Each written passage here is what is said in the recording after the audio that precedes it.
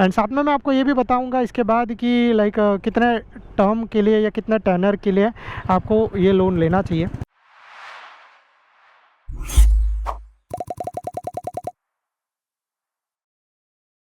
नमस्ते दोस्तों and welcome to our channel. आज इस वीडियो में मैं आपको बताने वाला हूँ कि बाइक को लोन पे लेने के लिए कौन से डॉक्यूमेंट्स लगते हैं एंड साथ में मैं ये भी बताऊंगा कि बाइक को लोन पे लेना सही भी रहेगा कि नहीं। तो ये वीडियो एंडिंग तक देखिएगा, इसमें फुल ऑफ डिटेल्स मैं इंक्लूड करने वाला हूँ।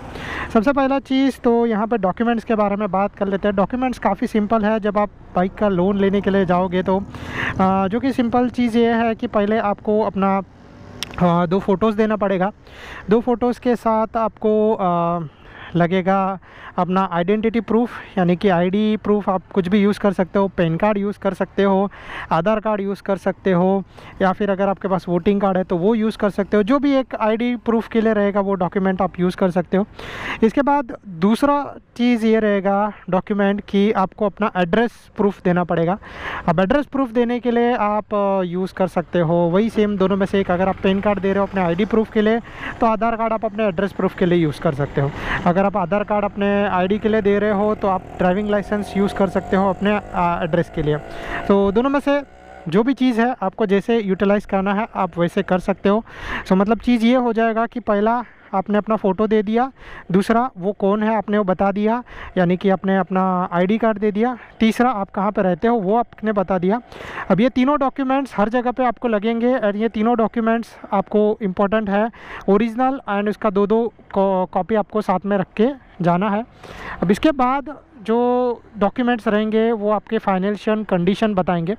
तो फाइनेंशियल कंडीशन मतलब चीज़ ये है कि आप कहाँ पर जॉब करते हो, आपका सैलरी कितना आता है एंड आपका बैंक में कितना पैसा है या कितना सैलरी आता है, वो सब चीज़ें इनकम प्रूफ शॉर्ट ऑफ दिखाने के लिए। सो पहला चीज़ ये रहेगा कि बैंक स्टेटमेंट आपको दिखाना पड़ेगा। बैंक स्टेटमेंट बहुत इंपॉर्टेंट है जब आप लोन लेने जा रहे हो तो, क्योंकि उसी से आपका ये चीज़ होगा। एक और बात है कि लोन लेने से पहले आपका सिबिल अच्छा होना चाहिए।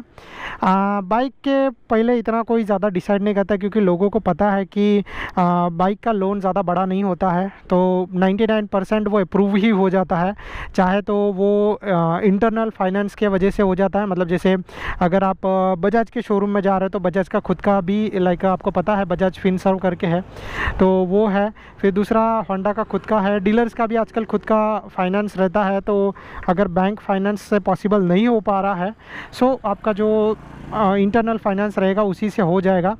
एंड इनकम भी बहुत ज़्यादा इंपॉर्टेंट रहता है कि अगर मैं 4-5 हज़ार रुपया कमा रहा हूँ तो शायद से मुश्किल हो जाए लोन को लेना, बट यस कि आप ले सकते हो।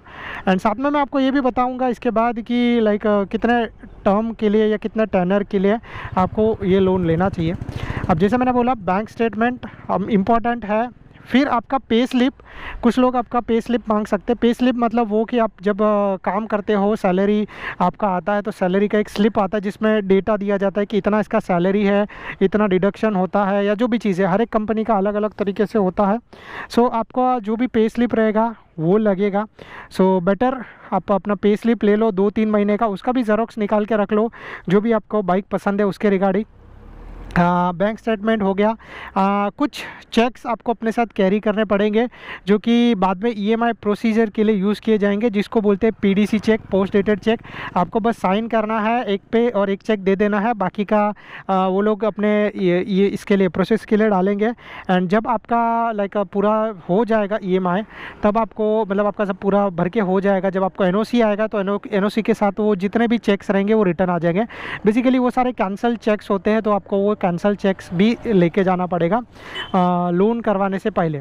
अब कुछ एक चीज़ ये है कि फॉर एग्ज़ाम्पल कि जैसे मैं तो मैं वर्किंग हूँ, मेरा खुद का आईटी में अच्छा खासा प्रोफाइल है एंड मैं ऑफ कोर्स लोन ले सकता हूँ, क्योंकि मैंने पहले भी लिया है छोटी मोटी चीज़ों के लिए एंड वैसे ही बड़ी चीज़ों के लिए भी मैं इजीली लोन अप्लाई करूँगा तो वो हो जाएगा। अब वही सेम प्रोसीजर पे अगर आपके बारे में बात करें तो अगर आपके आपके ऊपर लोन अप्रूव नहीं हो रहा है तो आप अपने डैड के नाम पे ले सकते हो लोन।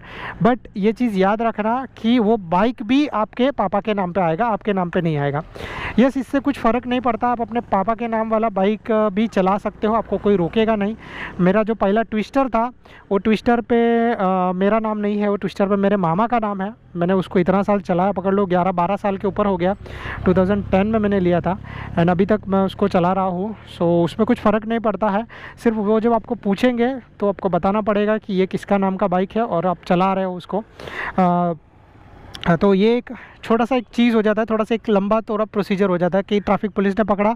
सो पहले आपका लाइसेंस देखेगा, फिर आरसी बुक देखेगा, बोलेगा ये किसके नाम पे बाइक है और तुम क्यों चला रहे हो। कभी कभी अगर ज़्यादा हार्ड चेकिंग हुआ तो शायद से आपको उस बंदे को फ़ोन भी करना पड़ेगा, मतलब आपके डैड को या आपके पापा को। डैड वाला रहेगा तो ज़्यादा चीज़ नहीं है, बट मामा का रहेगा तो थोड़ा सा, या किसी रिलेटिव का रहेगा तो थोड़ा सा ज़्यादा प्रॉब्लम क्रिएट होता है। जैसे भाई के नाम पे रहेगा तो भी चल जाएगा। सो वैसा कोई भी चीज़ नहीं है, आप जिसके नाम पे चाहिए, मामा के नाम पे चाहिए, मामा के नाम पे भी ले सकते हो। बट सिर्फ एक चीज़ ये है कि लोन के डॉक्यूमेंट्स में सिबिल रिकॉर्ड आता है एंड सिबिल रिकॉर्ड वहाँ पे अप्रूव्ड हो जाना चाहिए, फिर उसके बाद आप ले सकते हो। अभी 10 ईयर का बात करते हैं तो कितने साल तक बाइक का लोन लेना सही है। जितना मुझे पता है कि कोई भी बाइक का मैक्सिमम लोन होता है 3 साल तक का, जिनका वैल्यू 1-1.5 लाख रुपए के आसपास तक का रहेगा, तो 3 साल तक का मोर देन इनफ हो जाता है। बट क्या होता है ना कि थोड़ा सा जब तुम इसके आगे जाओगे तो लाइक जैसे अभी ये डोमिनार है, डोमिनार 2 लाख या उसके ऊपर वाला आता है, तो वो कुछ बाइक्स में 5 साल तक का भी लोन अवेलेबल होता है।